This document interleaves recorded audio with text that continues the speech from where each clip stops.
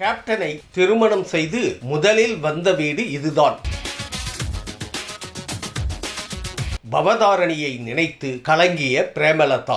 இசைஞானி இளையராஜாவின் மகள் பவதாரணியின் மறைவு குறித்து தேமுதிக பொதுச் செயலாளர் பிரேமலதா உருக்கமாக நினைவுகளை பகிர்ந்துள்ளார். இசையமைப்பாளரும் பாஜக எம்பியுமான இசைஞானி இளையராஜாவின் மகள் பவதாரிணி இலங்கையில் காலமானார். அவரது உடலுக்கு ஏராளமான ரசிகர்களும் திரை பிரபலங்களும் மற்றும் அரசியல் பிரமுகர்களும் அஞ்சலி செலுத்தினர். அந்த வகையில் மறைந்த நடிகர் விஜயகாந்தின் மனைவியும் தேமுதிக பொதுச் செயலாளருமான பிரேமலதா விஜயகாந்த் தனது மகனுடன் சென்று அஞ்சலி செலுத்தினார். அதனைத் தொடர்ந்து பிரேமலதா விஜயகாந்த் செய்தியாளர்களை சந்தித்தார். அப்போது பேசிய அவர், பவதாரணியின் மறைவு செய்தியை கேட்டு மிகுந்த அதிர்ச்சி அடைந்தோம். ரொம்ப சின்ன வயசு, 47 வயசுதான் ஆகுது.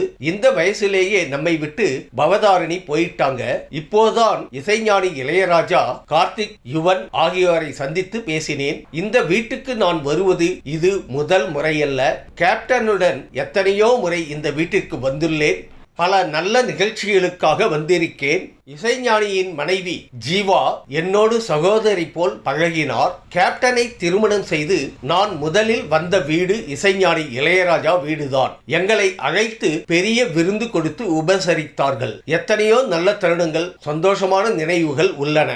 ஜீவா ஆண்டி இல்லை என்பதையே இன்னும் என்னால் ஏற்றுக்கொள்ள முடியவில்லை. அப்படி இருக்கும்போது பவதாரணியை எல்லாம் நான் சின்ன வயதில் இருந்து பார்த்து வருகிறேன். பிரிவியூ நிகழ்ச்சிகளில் அந்த பிள்ளை என்னோடு பேசி பழகியதுதான் நினைவுக்கு வருகிறது. அலெக்சாண்டர் படத்தில் கார்த்திக் இசையில் அவர் பாடிய பாடல்தான் கேட்கிறது. கேப்டன் இறந்து 30 நாட்கள் ஆகிறது. இதுவரை எங்கேயும் நான் செல்லவில்லை. முதலில் இங்குதான் வந்துள்ளேன். ஏனென்றால் அவர்களின் குடும்பத்துடன் நாங்கள் பழகிய பழக்கம், பாசத்தோடு பழகியதற்காக நான் வந்துள்ளேன். பவதாரணியின் மறைவு திரையுலகிற்கும் அவரது குடும்பத்திற்கும் மாபெரும் இழப்பு என உருக்கமாகவும் கண்ணீர் மல்கவும் தெரிவித்துள்ளார் பிரேமலதா விஜயகாந்த்.